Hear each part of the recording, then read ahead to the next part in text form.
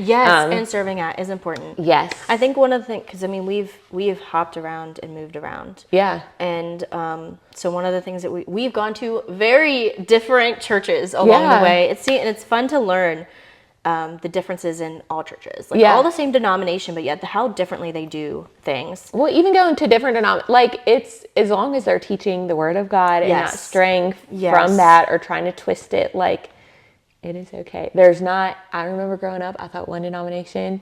I was like, all the other ones that's around, I just didn't know. So this is like me in elementary school, but I'm like, no, okay, what they're again getting into a small group in college. I was like, okay, we like what their Bible, their version of the Bible is saying, like, I think ESV is saying the same thing as the King James version. One's just like different a little bit, exactly. And I think too, it's good to go to more than one church, and to experience, because it challenges your beliefs in a good way. It makes you really hone in on what it is you believe and why. And I think that the why to that is really big too.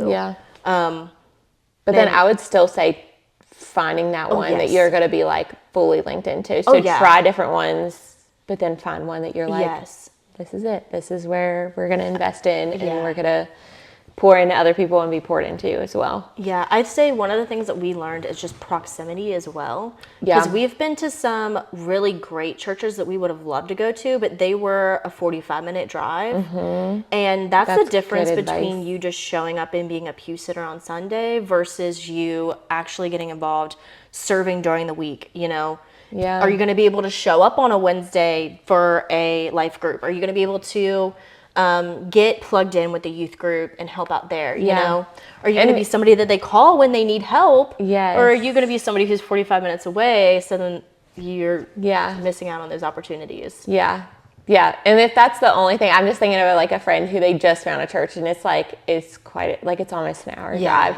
And if that is the, like if you're still able to serve in that church and be involved in that church, like from an hour away, okay. But if you're not, and if you know yourself and know that you're going to make excuses like, oh, it's raining out, or, oh, it's, you know, the kids aren't doing good this morning and we're not going to make it on time, like, and you're going to be missing a lot, like, find something closer. 100%.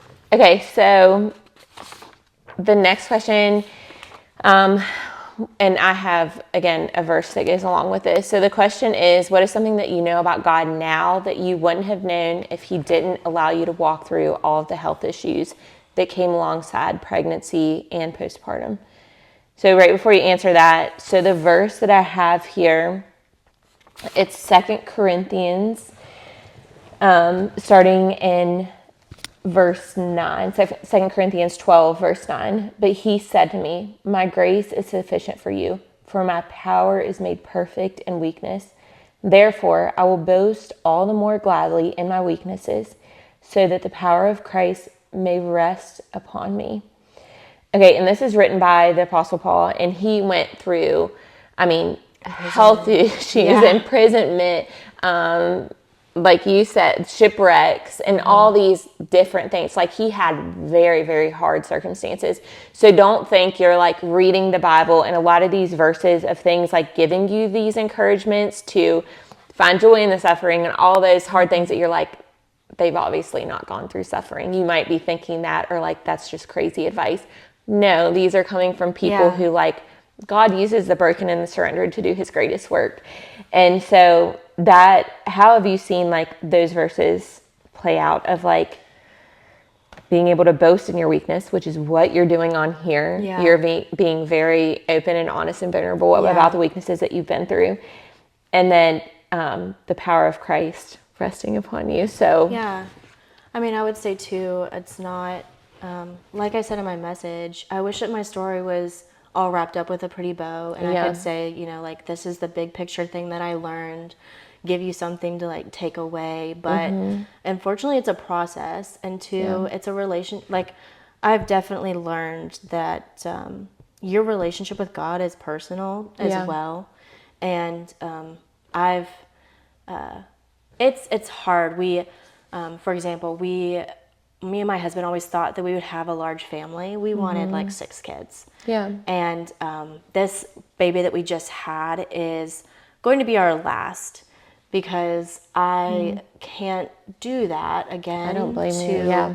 my body and my health, but also I can't do that to my children.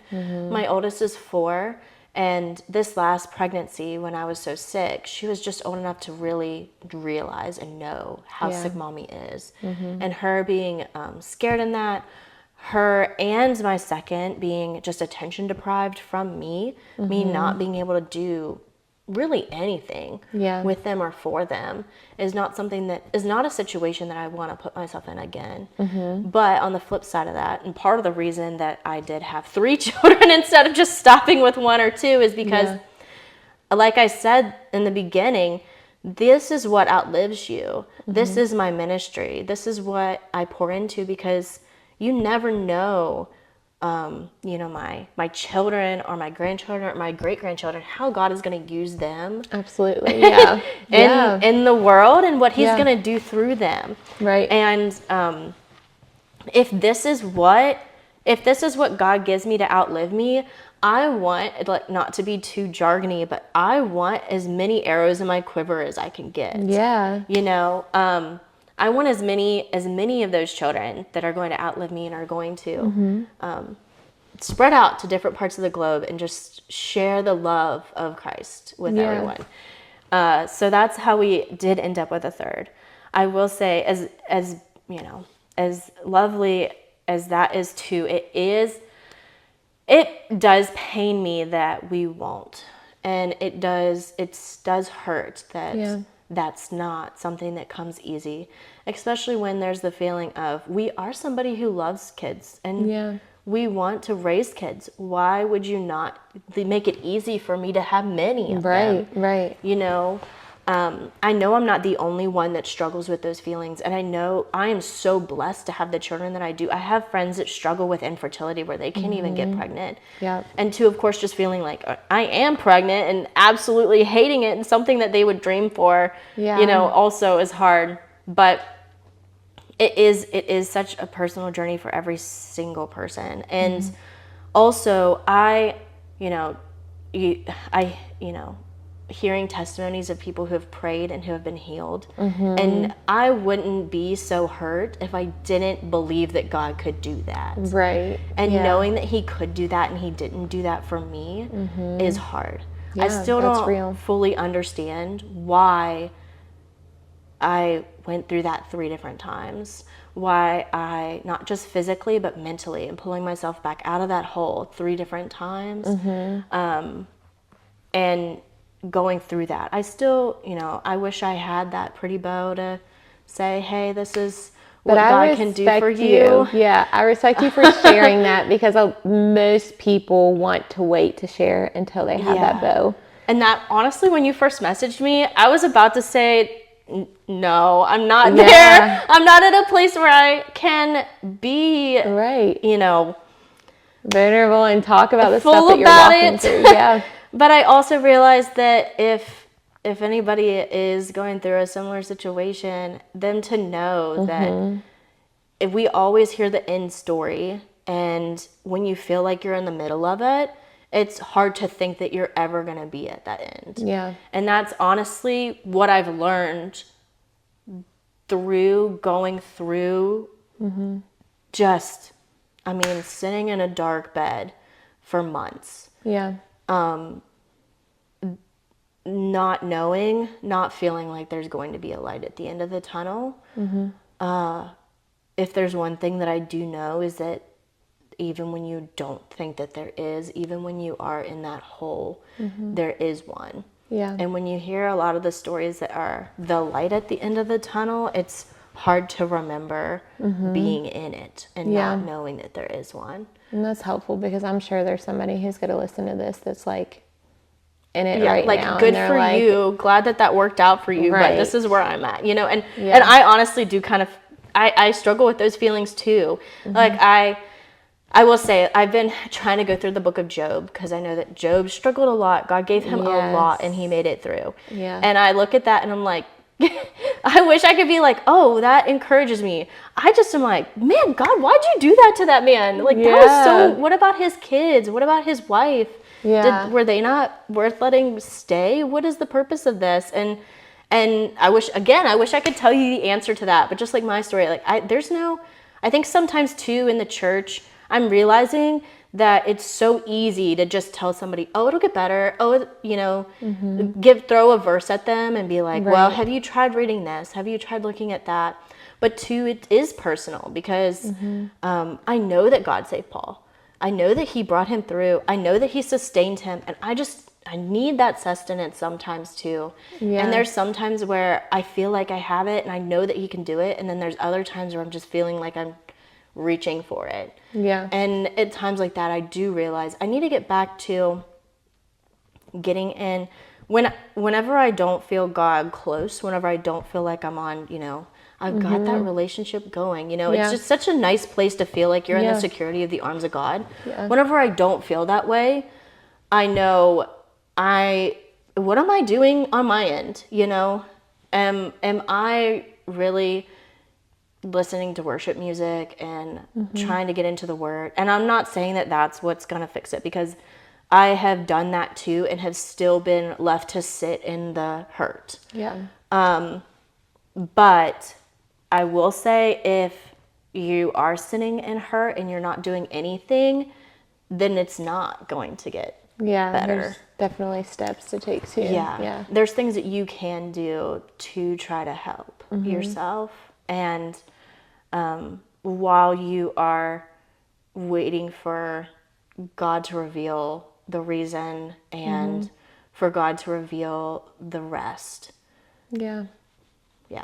That's great advice. And you never know, like, maybe one day he'll call you to adoption or something and get that. We're always open to it. Yeah. I know we've talked about that before too. But we're always open to it if anybody you never know. The situation arises, who knows what God's doing. And even when, like you were saying, like if somebody slaps a Bible verse on it or tells you to read this, I think asking people, like, do you want advice? Yeah. And like, okay, do you want me to pray with you? Do you want me to share a verse with you? Or do you want me to just sit here and listen to you? Yeah. Because sometimes people literally just want you to listen to them. And that is okay. And that's what you need to do. Miss Elsie was one of those people. Yeah. She understands that so well. Going to her and not just hearing like, it's okay, you're fine. Like, she's in a better place, Somebody who's actually going to sit with you and just, I don't know, just like fill the spiritual void of, just hold that space for them. Yeah, I think that's great advice. Not feeling like you have to say something. Yeah. So what are, one of the last questions, what are some of the greatest joys that you've experienced with motherhood? Oh my gosh, just watching them learn something new. I was thinking the same thing, And get it. My daughter, she just went to her first VBS at our church back in Ohio, was last week. Okay. And I kept asking her, what did you learn? And she kept saying, I don't know. Yeah. And I couldn't get anything out of her. But then that night at bath time, she just started singing, my God is so big, so strong, and so mighty. And I'm like, where'd you learn that? She said, VBS. Also, she had never gone to children's church until the church that we've gone to. And she's loving it. But watching her go from being somebody that clings to my leg to somebody who, bye mom. Yeah. As much as like, oh man. It's also, you're so happy that they're stepping out in that confidence and that they're learning and making their own little communities in the church. She's got little friends there. Yeah, that's awesome. Watching her, grow her own relationship with God. This is the wisdom that God imparts in children. Some of the things that my daughter says and that she understands. Yeah. Where did this come from? Yeah. This is not me. That's when I pray at night and I'm like, God, take them for yourselves. These are your children. That's him doing that. And for us to get to see that is amazing. It's really awesome. I totally agree. Yeah. Yeah. Okay. So last question, how can our listeners be praying for you? I don't know. I guess pray for the little bow on top of the end of the story. Yeah. Pray for God to really come through and Yeah. I feel like a testimony, though, isn't just, one revelation. I think that our lives are testimonies to God. So do I think that this is the last challenge I'll go through? Yeah, no. Absolutely not. Yeah. I know he's got a lot more that he has in store for me. Yeah. Amazing things and hard things. And but I do know that through it, he kept my babies alive in my womb when my body wasted away. Yeah. And he provided people in my life that just set everything aside to take care of me and my family when they had no reason to. Right. So, yeah, just continual prayer. Well, yeah. Yeah, let me pray for you. God, we love you, and we thank you so much that Tatiana was willing to just share her story and the hard parts of the things that she's walked through with all of our listeners. I just pray that you will just help her and Kyle to see just the reason behind all this and just have eyes to see your hand in and through all of it. We thank you so much for sustaining her babies in and through the hard parts of her pregnancy and the postpartum. Well, I hope that you guys enjoyed that episode with Tatiana and Matt. It was so fun getting to catch up with her, and I was so proud of her for sharing such a hard journey that she's walked through without there being a bow on it, without, seeing the brighter side of things or understanding why all the things happen that have happened in her life. If you are walking through depression or anxiety, just reach out for prayer. We would love to be praying over you, but also reach out to somebody in your everyday life. Maybe even talk to your doctor or your nurse about it and get any help that you need. Talk to your pastor. Get linked into, groups for it as well. So really look into that and just don't walk through it alone, and just take steps as well just to be able to invest in yourself and care for yourself through that. And even though I'm sure it's so hard to do, and if you have a loved one walking through that, just be gracious and loving and just support them however you can. Also, so Tatiana did mention it during the episode, and then we talked more after, and she wants to come back. She's going to be back in town in October, so hopefully if it's before my baby's born, we can get another episode recorded just on the topic of dating and engagement. So if you guys have any questions or anything that you want us to talk about, just send them over to me, and I will make note of that so we can talk about it for you guys. And then if there is any way that we can, again, be praying over you, always let me know that. And if you would like to be on the podcast, reach out to me about that, to share your testimony and the work that God is doing in and through your life.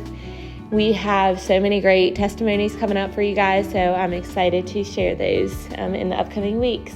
Have a great week, guys. See you next week.